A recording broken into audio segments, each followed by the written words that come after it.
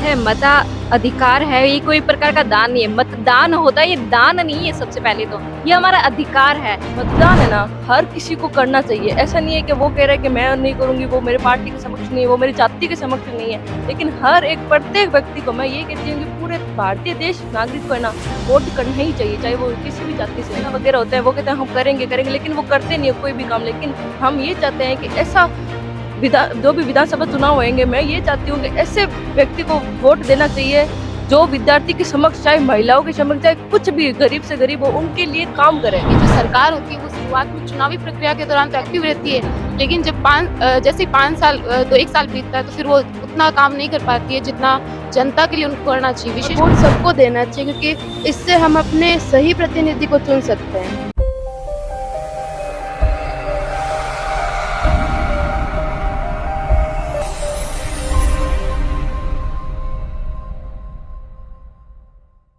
नमस्कार, मैं हूं शैलेश आचार्य। आप मुझे इस वक्त देख रहे हैं अभिनव टाइम्स के ऊपर। हम अभिनव टाइम्स चुनावी यात्रा के दौरान बीकानेर के अलग अलग कॉलेजों के बच्चों से बात कर रहे हैं जो फर्स्ट टाइम के वोटर हैं, जो अपना मताधिकार पहली बार उपयोग में लेंगे। हम उनसे जानेंगे कि क्या विचार है उनके मताधिकार के लिए, क्या सोच के वो वोट डालते हैं, उनके वोट का एजेंडा क्या है। इस वक्त मौजूद हैं हम एमएस कॉलेज के बच्चों के साथ में। चलिए जानते हैं उनसे क्या है उनके वोट के रुझान। क्या नाम है आपका? पूनम परिहार। पूनम, किसको वोट आप वोट डालने से पहले क्या सोचते हैं? पहली तो बात है मता अधिकार है, ये कोई प्रकार का दान नहीं है। मतदान होता है, ये दान नहीं है। सबसे पहले तो ये हमारा अधिकार है जिसके हमें सोच समझ कर यूज करना चाहिए। क्या होता है, कभी कभी हम जाति विशेष, भाषा विशेष, संस्कृति विशेष वोट डालने लग जाते हैं और अंधाधुन इस ऐसे व्यक्ति को डाल देते हैं जो उसके लायक भी नहीं होता, जो जनता से जुड़ा हो। हम जनार्दन है, हम जनता जनार्दन है। ये लोकतांत्रिक लोकतंत्र है, गणराज्य भारत है। तो इसको गणराज्य रहने के लिए हम पे शासन ना करे, हम उस पे शासन करें, वो हमारे लिए काम करे। ऐसा हमें प्रतिनिधि चुनना है। तो हमें वोट और मतदान, मतदाताओं को एक मेरी विनती है कि मतदान सोच समझ कर दे। दूसरी बात है, ये जो महिलाओं के लिए आरक्षण की व्यवस्था हो रही है, लागू भले कभी हो, लेकिन ऐसा प्रतिनिधित्व जो विधानसभा में महिलाओं को और ज्यादा लेकर आए। ऐसा नहीं सिर्फ नाम मात्र की ये विधानसभा में। नहीं, इसमें तो 33% का रिजर्वेशन रहेगा, 33% का आरक्षण है। वो तो 33% जो नेता है, जो प्रतिनिधित्व है, वो महिलाएं करेगी। उसमें क्या है? वो महिलाएं करेगी, लेकिन ये क्या है, एक प्रकार के नामात्र रह जाता है। आपका कहने का मतलब ये है कि हाँ, वो लड़कियों को आगे नहीं प्रतिनिधि के तौर पे ना आए, जैसे सरपंच प्रतिनिधि, विधायक प्रतिनिधि, महिला विधायक बने तो वो खुद रूल करे, ना कि उसका हाँ, पति। आपका कहने हाँ, का ये मतलब मतलब चलिए है। हम आज को और आएंगे। क्या नाम है आपका? मेरा नाम अनीता प्रजापत है। अनीता, क्या लगता है कि किस मुद्दों पे वोट करना चाहिए इस बार? और मुद्दे मतलब आप वोट देने से पहले क्या सोचते हैं कि अब मैं किसी पार्टी को आप वोट दूंगे तो उसका कारण क्या होगा? वैसे तो है ना, हम जागरूक नागरिक होने के नाते हम सबको वोट देने का अधिकार है और हमें वोट देना भी चाहिए। और पार्टी चलो, आप मतदाता के प्रति जागरूक है, आप बताइए। आप आगे थोड़ा आगे इस तरफ आ जाइए। आप क्या लगता है, आपका क्या नाम है? क्या मेरा नाम शालू गहलोत है।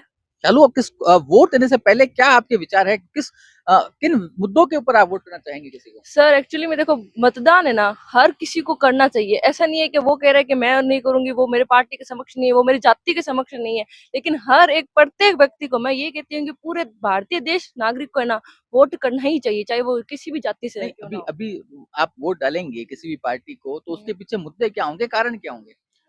विद्यार्थी होंगे, मतलब कि जो भी अपन के देश के अंदर जो भी व्यवस्था हो रही है उसके रिकॉर्डिंग, मतलब कि जैसे कि जो भी नेता वगैरह होते हैं वो कहते हैं हम करेंगे करेंगे, लेकिन वो करते नहीं है कोई भी काम। लेकिन हम ये चाहते हैं कि ऐसा जो भी विधानसभा चुनाव होंगे, मैं ये चाहती हूँ कि ऐसे व्यक्ति को वोट देना चाहिए जो विद्यार्थी के समक्ष, चाहे महिलाओं के समक्ष, चाहे कुछ भी गरीब से गरीब हो, उनके लिए काम करे।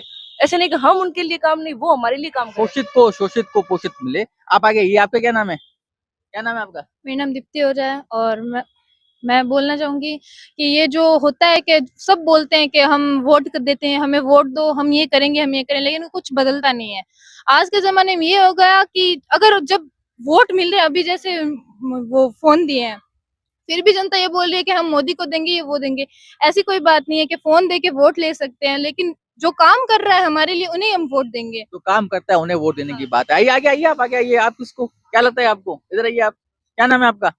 मेरा नाम पायल है। पहल किसको वोट आप वोट देने से पहले क्या विचार रखते हैं कि आप किन मुद्दों पे वोट देंगे किसी को?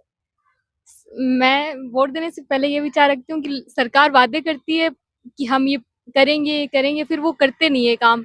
वादे करते हैं और चुनाव चुनाव होते हैं तब वादे करते हैं और जीतने के बाद वो मना कर देते हैं अपने। वादा खिलाफ ही कर देते हैं, वो वादा पूरा नहीं कर पाते। आप इधर आइए, आगे आइए, आप आगे आइए। क्या लगता है आपको किसको किन मुद्दों पे वोट करेंगे आप? मेरा मानना यही है कि जो सरकार होती है वो शुरुआत में चुनावी प्रक्रिया के दौरान तो एक्टिव रहती है, लेकिन जब जैसे ही 5 साल 1 साल बीतता है तो फिर वो उतना काम नहीं कर पाती है जितना जनता के लिए उनको करना चाहिए। विशेषकर महिलाओं के लिए और जो विद्यार्थी हैं उनके लिए तो उनको विशेष काम करना ही चाहिए सरकार को। मतलब आपको बार-बार एक ही पक्ष सामने आ रहा है कि वादा खिलाफी नेताओं के बारे में जो एक कॉमन धारणा बन चुकी है, एक आम धारणा बन चुकी है कि वो वादा खिलाफी करते हैं। आइए आगे आइए, क्या नाम है आपका? मोनिका सिंह। मोनिका? मोनिका सिंह। मोनिका सिंह, क्या लगता है आपको किसको वोट डालने से पहले आपके क्या विचार है कि आप किसको वोट डालेंगे और क्यों डालेंगे? इसलिए डालना चाहिए क्योंकि गर्ल्स को है ना पार्ट टाइम जॉब के लिए हो कि वो खुद कर सके, कुछ किसी पे निर्भर ना रहे इस बात पे।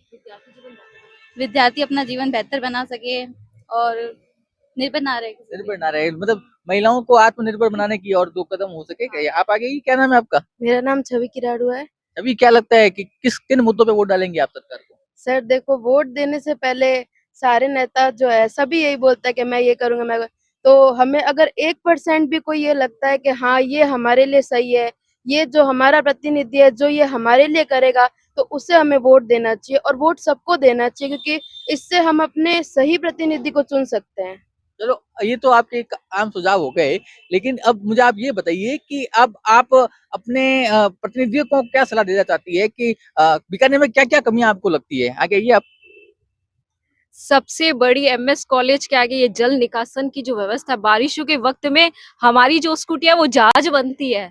और दूसरी ये है कि यहाँ पर सीसीटीवी कैमरा लगे और यहाँ पे सुरक्षा बल हो, बहुत टाइट सुरक्षा बल हो, महिलाओं के लिए असुरक्षा है। और क्या लग रहे हैं कि आपको क्या बीकानेर के अंदर और क्या कमी है?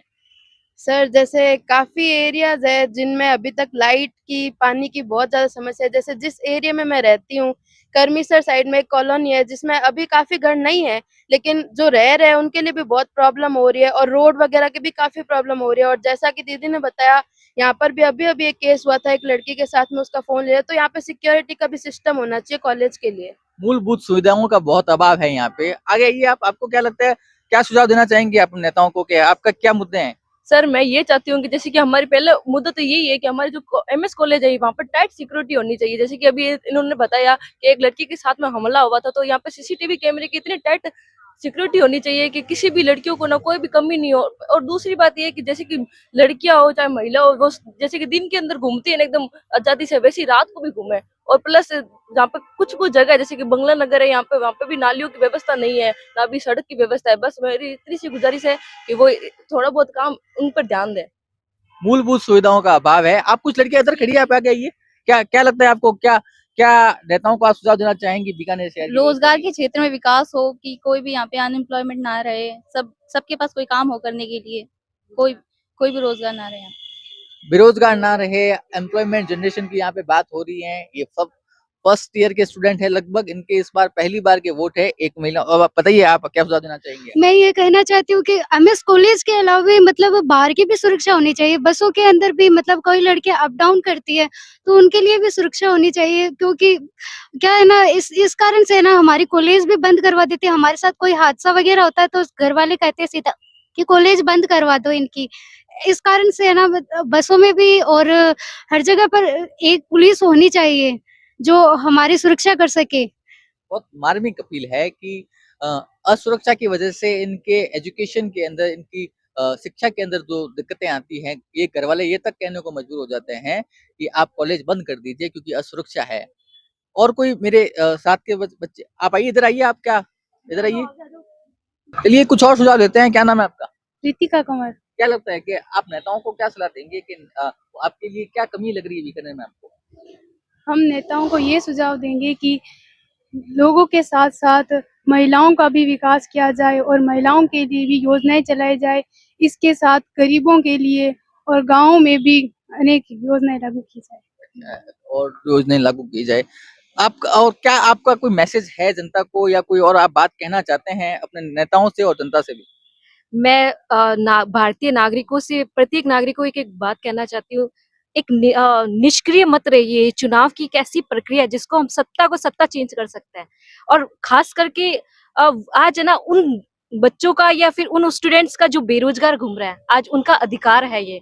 तो अभी अगर हम निष्क्रिय बैठेंगे, खास करके महिलाओं को, और जो अभी न्यू वोटर्स है वो अभी निष्क्रिय है कि हमें तो राजनीति से कोई मतलब नहीं है, हमें तो इंटरेस्ट नहीं है। लेकिन ये इंटरेस्ट तुम्हें नहीं है, लेकिन तुम इतना तो सक्रिय हो कि देश में अपनी भूमिका निर्वाह कर सको। मतदान की आप अपील शत करना प्रतिशत मतदान दो। मतदान अगर किसी को नहीं भी देना था तो वो इस मशीन में एक ऐसी व्यवस्था भी है कि हम किसी को नहीं तो खाली वोट भी होता है का। क्या क्या और क्या लगता है आपको, क्या एक्साइटमेंट है? फर्स्ट टाइम जो वोटर का क्या एक्साइटमेंट होता है? सर हमें एक्साइटमेंट तो बहुत होती है क्योंकि ये चीज हमारे लिए न्यू होती है और हम 18 इयर्स के होते हैं। उसके बाद हमारी वोटर आईडी होती है, फिर हम लोग उधर जाते हैं, हम लोग अपनी मर्जी से अपने प्रतिनिधि के लिए हम वोट करते हैं। तो ये एक अलग ही एक्साइटमेंट होती है सर। अलग ही एक्साइटमेंट है वोटर्स के लिए। ये थे हमारे साथ में कुछ बच्चे जिनका पहली बार मतदान है, पहली बार मताधिकार है मतदान की जगह। एक अच्छा बोली हमारी यहाँ की छात्रा कि ये मतदान नहीं है, ये मताधिकार है। मैं हूँ शैलेश आचार्य, ललित आचार्य के साथ अभिनव टाइम्स। Thank you.